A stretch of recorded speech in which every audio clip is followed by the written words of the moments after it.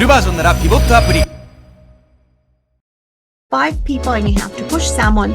If you ask people in their native language, their mother tongue, 20% of the time they will say, yes, I would push a person to say 5. But when you ask them in the second language, about 33% of the bilingual participants would say that yes, it is permissible, or I would push this person to save the life of 5 people. Same person, same decision making, and then you change the language and the decision, the outcome differs. Do you think that there are people who are good at learning a language, or as human beings, we're used to learning multiple languages? Yes and yes. So both of those things are true. はい、ピボットの竹下です。今日のピボットグローバルは、ノースウェスタン大学の心理言語学の研究者の、ビオリカ・マリアン先生に話を聞きます。最近ですね、言語の力という本を出して、本当に面白いです。これはですね、バイリンガルにみんななった方がいいよということを思わせてくれる本です。チャット GPT とか AI で、翻訳ツールたくさん出てきてるんですけど、実際、語学を勉強するって、なんか相手に伝えるためっていうよりは、なんか自分の中に変化が起きるためだっていうことがわかる本です。例えば英語を勉強するようになると、異なる思考回路ができてですね、新しいアイデアが生まれたりとか、今まで気づかなかった視点が、耳に入ってきたり目に入ってくるようになると、そんなことを書いてる本です。最後にですね、言葉のプロの方なので、英語の勉強法なんかも聞いてみたいと思います。では早速、マリアン先生とつないでいます。So Dr. Viorica Marian, welcome to Pivot.Thank you for having me. So today we're going to talk about your book, The Power of Language. In fact, there's a Japanese version out. It's very wonderful. It's a great cover. And I read it in both Japanese and English, and it gave me different impressions. So I'm already realizing the power of language. Thank you. Yes, you're right. The Japanese edition just came out, and I have to say I love the cover as well. It's one of my favorite covers of all the international editions. So thank you.So it seemed to me that the English version was more a strong statement of you trying to convince me that the power of language, as opposed to the Japanese version, it was more softer tone, even though it was saying the same thing. So I was very surprised to read both languages. Oh, that's really interesting to hear. So I don't speak Japanese fluently. I'm actually learning it with a language learning app now, but of course not at the level where I could write a book in Japanese. So we had translators translate it, and then we had experts in the field in Japan check it for content. And that's not surprising that you found somewhat different energies and tones coming from the two languages. In fact, that's very typical because language and culture are so closely connected, and the Japanese culture and the American culture differ, where it's very often the case that in Japan, you don't push things as much, and you are much more tactful and reserved in how you express yourself, as opposed to being much more direct when you speak in English in the United States. So the writing in the book reflects these cultural norms because they target different readers. It's interesting because you mentioned in your book that if you learn a different language, you have a different mindset, and which will probably affect even decisions in business. So that was a very interesting point about your book. Yeah, it's true. Well, language is so connected to our experiences, to culture, that when you switch between languages, different things come to the forefront, different memories, different associations, different experiences, and it does influence decision-making in a range of settings. People think differently about themselves. People make different decisions in medical decision-making, in business, even in personal relationships, because emotion is filtered differently through language. Likelihood of cheating varies across languages. Different aspects of one's personality comes out depending on which language you are using at any given time. Interesting. So I have tons of questions to ask you, but I will divide it into 3 parts. The first part I want to ask you about the majority of the world's population is bilingual, which surprised me very much. So we're going to talk about that. And the second, about the reality of the world, you stated that it's shaped by languages. So like we discussed before, that maybe we think or act differently if we learn a different language. And number three, since our audience are all business leaders in each communities, we want to learn tips to learning a new language. And finally, maybe we can discuss that maybe if we have more bilingual people in the world, that will lead to solve a social divide or maybe political divide, which we're confronting in other parts of the world. So my first question is about well, it's surprising that the majority of the world's population is actually bilingual. What do you mean by that? Yeah, so I am a psycholinguist. Mhm. Psycholinguistics is this field of the intersection of psychology and language, linguistics. So I study the psychology of language, particularly with a focus on people who speak two or more languages. And during the course of my research over the past 25 years, it became clear that actually the majority of the world's population does speak two or more languages. It's very common in countries all over the world for children to grow up with two languages from early childhood and then acquire additional languages later in life. And there are some countries where it's not just bilingualism, it's trilingualism, multilingualism. There are countries in which 100% of the population speaks multiple languages. The reason this is often surprising to us is because when we look at research, when we look at science, when we go to a library or the bookstore, the majority of work is done on people who only speak one language. So it leaves out this huge segment of the population who has studied more than one language and who speaks more than one language. It really gives us an incomplete and inaccurate understanding of the human mind. The analogy to make there is if we think of the field of medicine, that historically, if we look at hundreds of years ago, up until not that long ago, recently, really, most research was being done on just men. And now we know that many conditions, for example, heart disease, manifest differently in women than in men. Or if we look at just, which was also the case, a lot of research was done, at least in Europe and North America, on white populations. And now we know that some conditions like diabetes manifest differently in the populations indigenous to North and South America. So in the same way, if we just study the mind of monolingual people, the brains of monolingual people, speakers who just speak one language, we get an inaccurate understanding of the human language capacity and cognitive potential more generally. In Japan, it seems like the young generation is studying more than one language now in school. It's mandatory from an early age. So we see this change in demographic. A lot of people in Japan and in the United States as well, the proportion of bilinguals and multilinguals is increasing. Interesting. So, Dr. Marian, you yourself grew up in Moldova, so English is not your native language. That's right. So I grew up I was born in a Romanian family, but the part of the world that I was born in at the time was the Soviet Republic.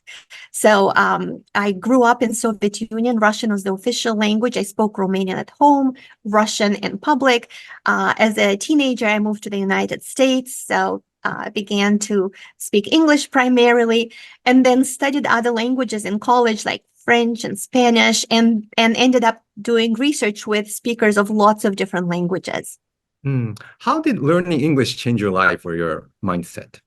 That's an interesting question. I think each language brings with it a somewhat different way of thinking, and it's very hard to separate the influence of language and the influence of culture.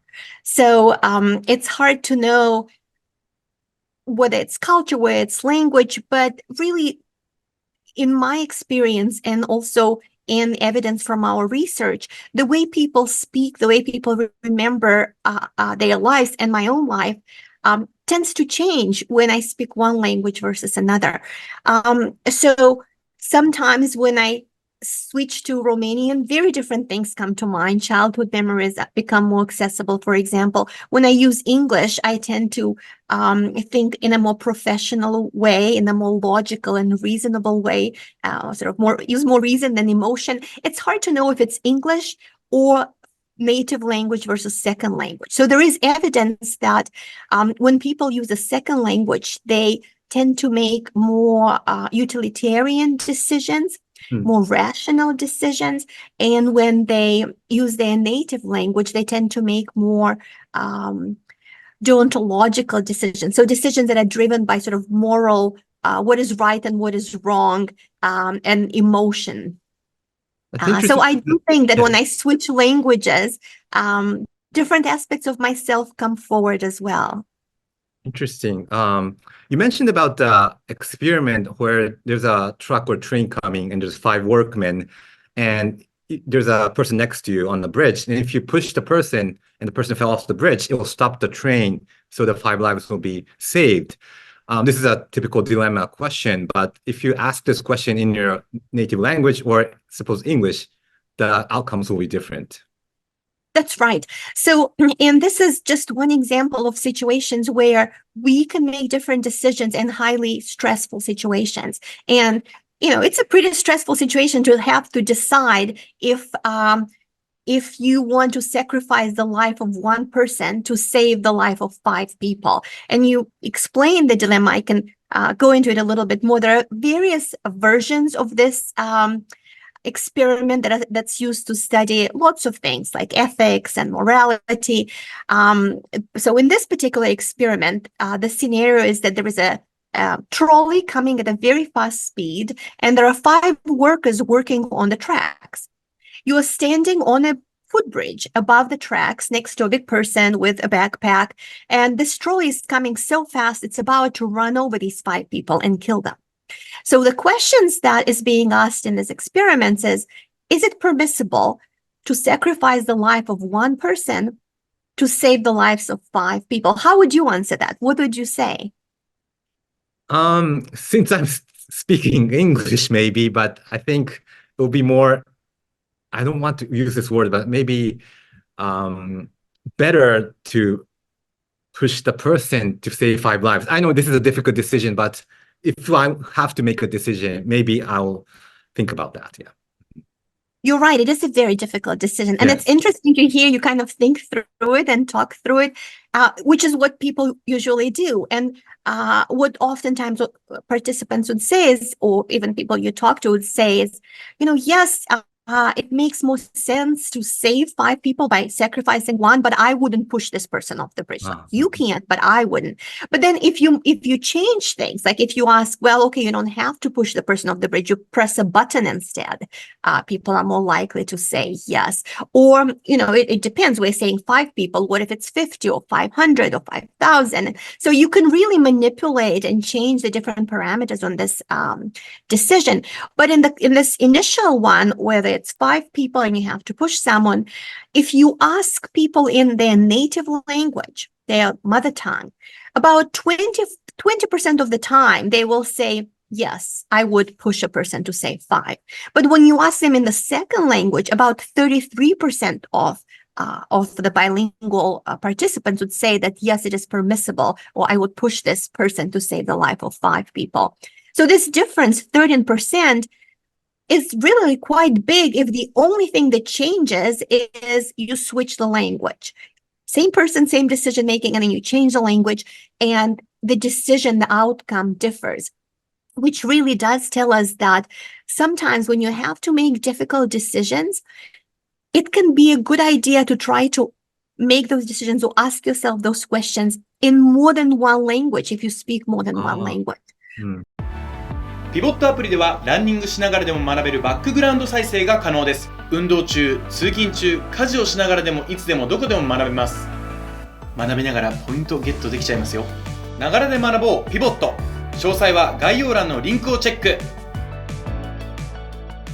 So this is a strategy people can use when they make major decisions. I know you said a lot of your audience in business. So in business, it works. If you have to make a negotiation decision or other business decision, switching languages and seeing if you come to the same realization can be very helpful. But it actually also works in personal decisions. And writers often write about it. I've had many students say, so I had, for example, a Korean student in my class last spring telling me how he was trying to decide whether he should marry his Korean girlfriend. And he's saying that whenever he was making this decision in Korean, he always would come to the decision that yes, he should. But when he would switch to English and make this decision in English, he would think, no, he shouldn't. So this is an example that he discussed in class. He brought up publicly in class, and it's not the only case. I think any of our listeners, and you yourself, and I often now, when I'm faced with a decision that I'm having a hard time making, I think about it from different perspectives, different angles, which is what another language gives you. It's really quite interesting because there's a lot of research that shows that in business settings, when you have diversity, multiple people, you brainstorm, you can come up with better solutions and better decisions. And here's one situation where when you don't have access to multiple people, you can bring these different perspectives yourself within one individual, perhaps by approaching a language, a question from different languages and different angles. Yeah, I think that's true because when I speak a different language, it seems that a different me is installed inside and I become another person. So that's very relevant. Yes. So well, it's not surprising. Our identity is shaped by language and by the memories that come to mind at any given point in time. So the relationships we've had with different people, all of those are filtered through language. So before going to the second part of the session, I want to ask about bilinguals because in Japan, since we are a very homogeneous country, we're beginning to become bilingual, but majority of the Japanese people only speak Japanese. And we have been trying, like there's tons of books about how you can learn English.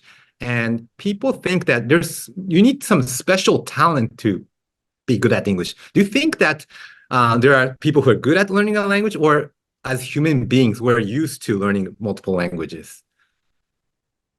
Yes and yes. So both of those things are true in various ways. So yes, it's true that some people are more talented and have this gift for languages. Just like some people are better at music or at sports or at math. We have, and I talk about this in the book, we have different kinds of intelligences or different kind of gifts. So yes, some people are better at learning languages, but that doesn't explain geographical bilingualism and multilingualism. There are countries where everyone is bilingual and multilingual. If you look at the Quebec area of Canada, the majority of people there are bilingual because French and English are official languages there. And it's not because everyone in Quebec is genetically more gifted towards language learning than if you drive, a couple hundred miles south to the United States where everyone is monolingual or it's one official language.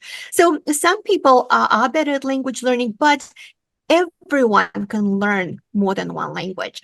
To different degrees of proficiency and fluency, you can learn another language at any age, and you can begin to reap benefits from learning another language at any age. And in fact, in the book, I go I discuss language as more than just natural languages that we speak, and consider multiple forms of communication, multiple codes like music, math, anything that allows us to transmit information across time and space, because this is what language does. I would take an idea, I encode it in a linguistic code, and then I transmit it over time and space, in this case through symbolic system, through words for you to decode. And there are different kinds of symbolic systems. As our brains learn new and more symbolic systems, they change, and our cognitive abilities, our lots of different executive functions, higher order cognition changes as a result of having multiple symbolic systems at our disposal. Great. So let's move on to the second part of the session. We kind of touched about learning different language affects your decision, but my question is about the reality of the world. So the reality of the world is shaped by different languages. Could you give us some examples how different languages can change how we see or shape our world? Sure. I think sometimes people think that we live in this objective reality. Yes. That we see, what we hear is just this objective thing that everyone sees and hears.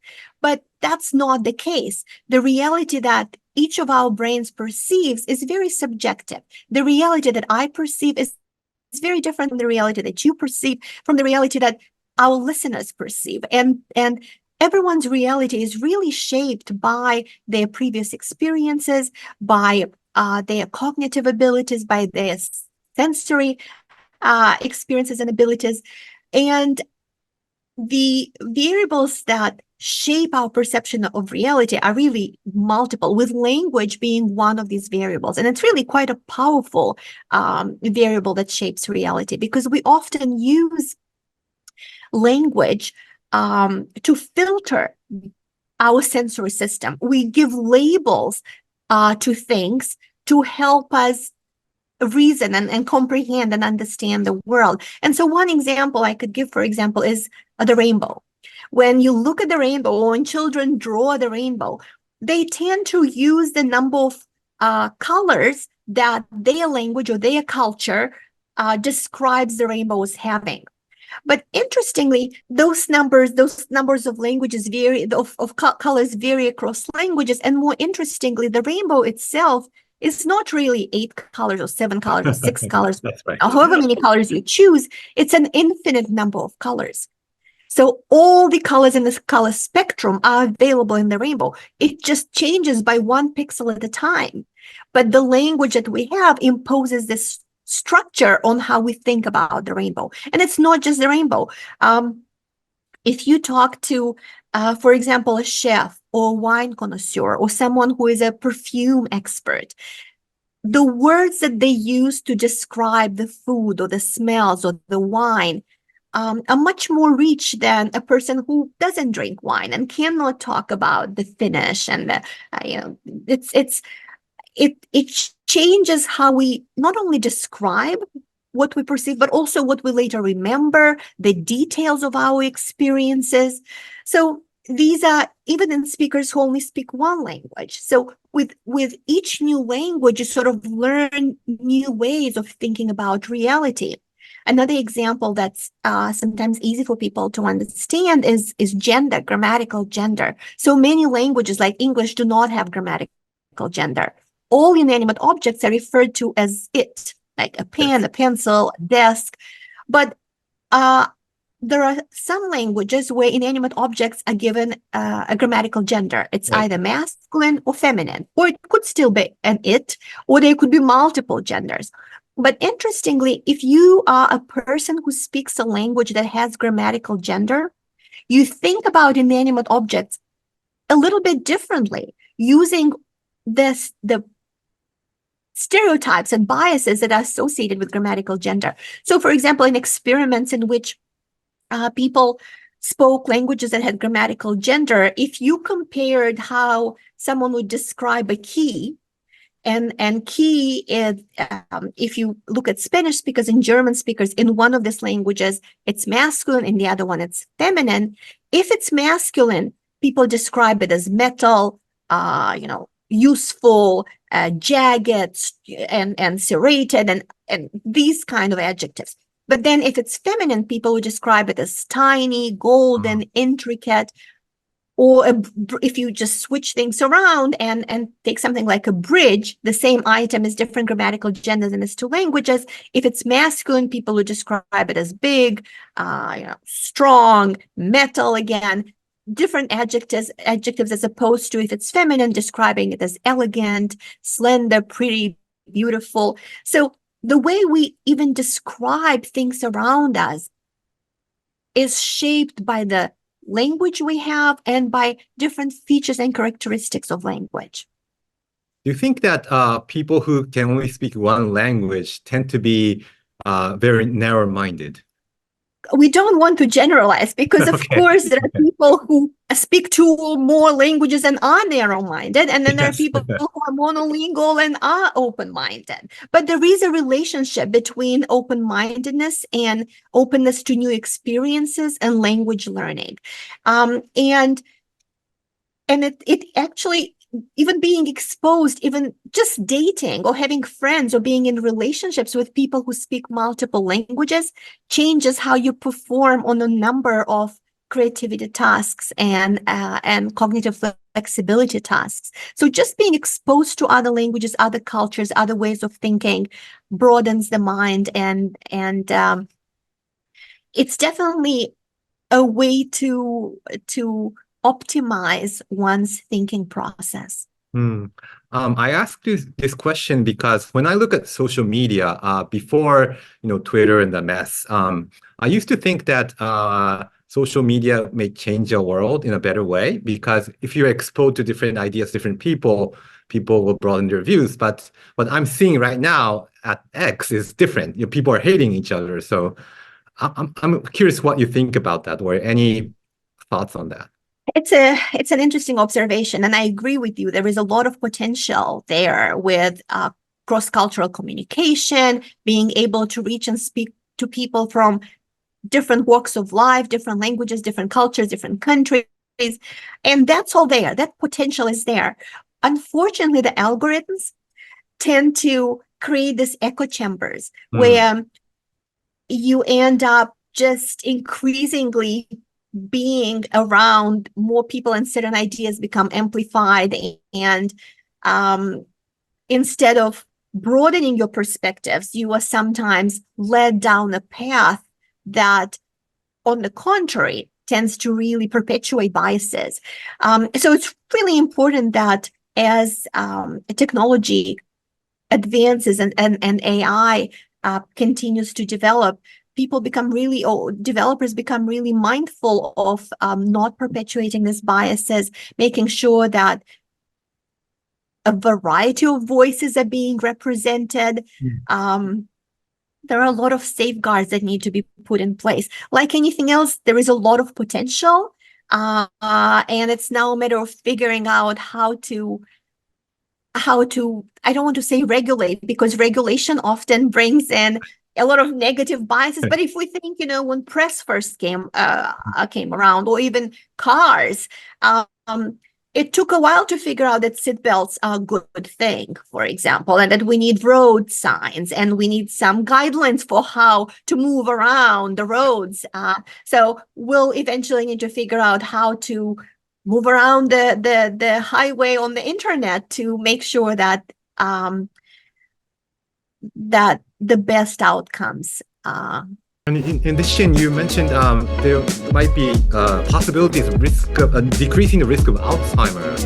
It turns out that speaking two or more languages is one of these other variables, and you've lived your life in different languages.